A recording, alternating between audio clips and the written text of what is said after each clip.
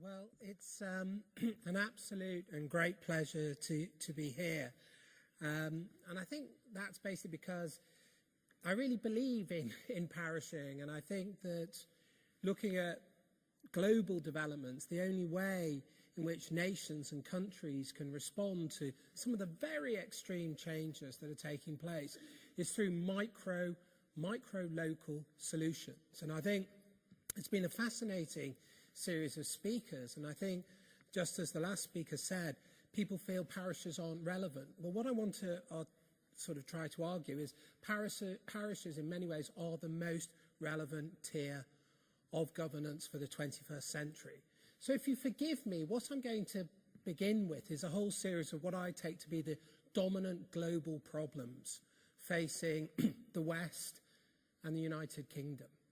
And I want to begin like that because I want to suggest to you that actually the only way we can respond to them is with a new and decisive role for the parish and for very small, very forms of governance that are tightly bound to the real problems and real issues that our country faces. So, as you can tell from the title, The Global Parish, so hopefully that will give you an idea of the scale of ambition. So, why does the local matter more now than it ever has done before? That's because globalisation determines the shape and character of every single locality. Now, I think one of your colleagues told me that roughly 30% of Peterborough's population is made up of Eastern Europeans.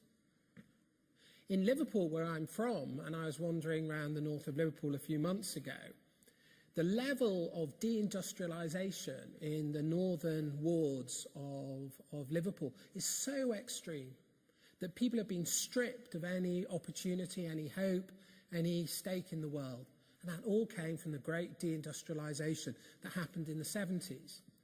Everything, I would argue, or mostly everything that impacts on us now is a result of massive global shifts and global changes. And unless we raise our sights, as it were, to address that and to recognise that, we're just going to be hopelessly at sea. And so in that sense, oddly, the parishes are more relevant than ever. Now, globalisation works for the very rich in the West. It works extremely well. And it works very well for the poor in the East. It doesn't work for the poor in the West, and increasingly I'm going to argue it doesn't work for the middle classes in the West. Now, I want to suggest to you there's three endemic problems, all of which you face both in Peterborough and, on every street in this country. There's what I would like to call economic serfdom, which I think is already with us and will increasingly become a middle-class problem. Social atomization, the destruction and breakup of our social fabric, our families, our communities, our extended networks, and a genuine stagnation of our skills and our abilities to compete and to win in what's happening. Let me talk about the new serfdom. Let me give you one figure from the United States. It's not on the slide. But in 1974, the top 1% of US households, the very wealthiest, had just under 9% of US GDP. In 2007, the top 1% of US households had 23.5% of US GDP. And that's the shift that's happened. What's happened in our country, in the West generally, is a massive shift of wealth up to a tiny proportion of those at the top.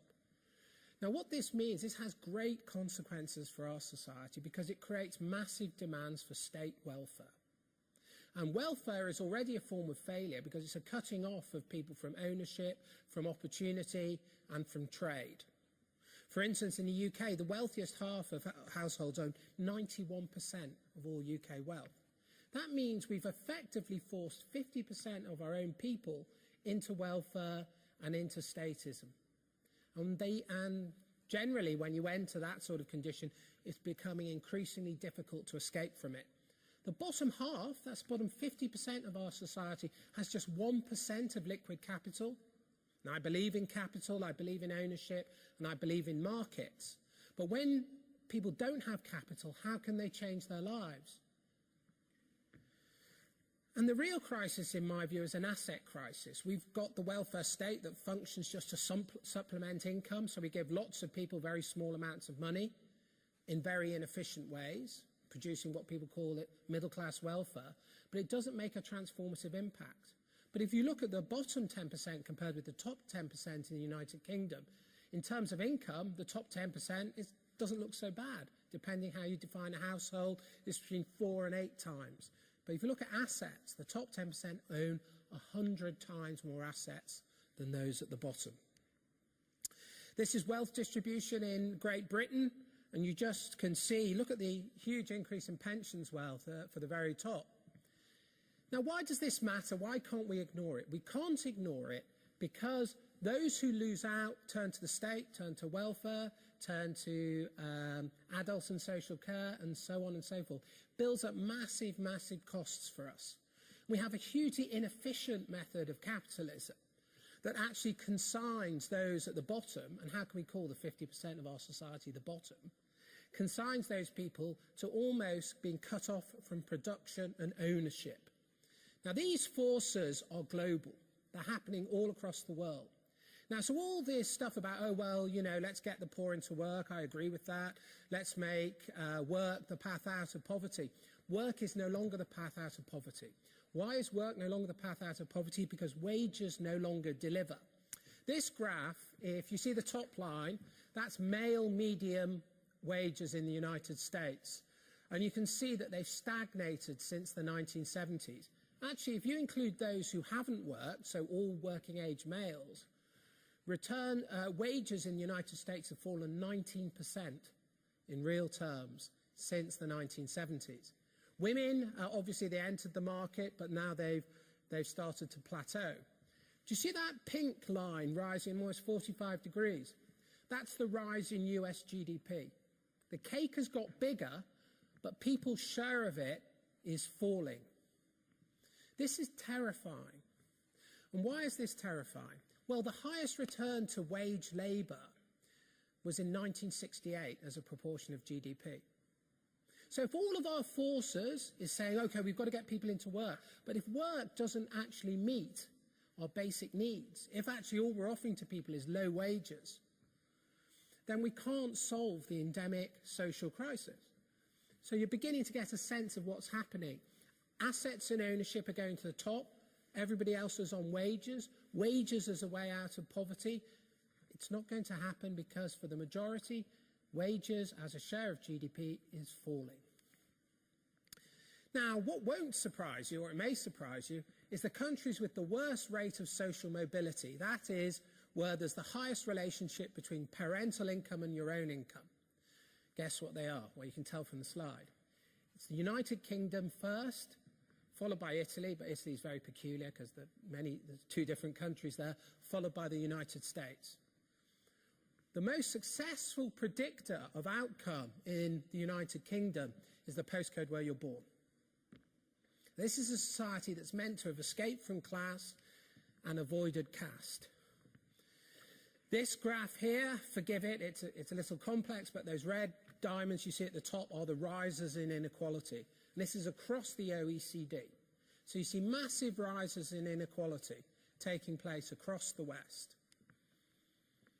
Now, what I want to suggest to you is that this form of economic rupture is so endemic, and you see it on your own streets and you see it in your own communities, that it requires a completely different solution from the type of solutions we've offered before. We've always gone for a state centralised form of welfare, so that welfare will give you little bits of money redistributed from those who own to those who don't to keep up. But it can no longer keep up. That system is profoundly broken because wealth distribution can never, ever, ever catch up with wealth creation. The really transformative answer, the only answer, is to shift wealth creation to those who presently are cut off from it, to localise wealth production, to localise economic development, and indeed to localise welfare. That's the first part. Now, allied with this profound economic fracture has been a profound social fracture in Western societies and in our societies. In the United Kingdom, 97% of all communities are more socially isolated, more atomised, more alienated, lots of A words there, than they were 30 years ago. Indeed, the weakest society in the 1970s was stronger in terms of social ties than our strongest society today. That's how bad it's got. Number of lone person households has doubled over the last 30 years. Levels of social trust has halved. This graph is one of the most telling, I think. And as you can see, at the bottom is the rise in divorces since the 1930s and the collapse in marriages. Depending where you are, somewhere between a third and a half of all new housing demand comes from this. Comes from the breakup of families, separation, and dispersal. Living alone, which is a problem I know that many of you face in terms of not just old people, but also younger people. Long-term trends. This is in the United States since the 1850s. And I just want you to see the precipitate rise you see roughly kicking off in the 1950s for all age groups. And right at the top, that's age 65 and older. And the reason I'm talking about it globally is I want you to understand, and I want to understand, that these things are not local. They're part of structural changes in our society. Now, of course, social structure and economic structure blend together. We know that the poorer you are, the lonelier you are. We know that the more fragmented your social condition, the more dangerous and vulnerable your economic condition. Here we have a slide that's showing the proportion of single-parent families in situations of severe financial vulnerability. And you can see how high up there the United Kingdom is. Now, these type of structures, this kind of social atomization and this economic atomization are themselves compounded and create a kind of widespread educational failure. And that's what we're beginning to see in the United Kingdom as well.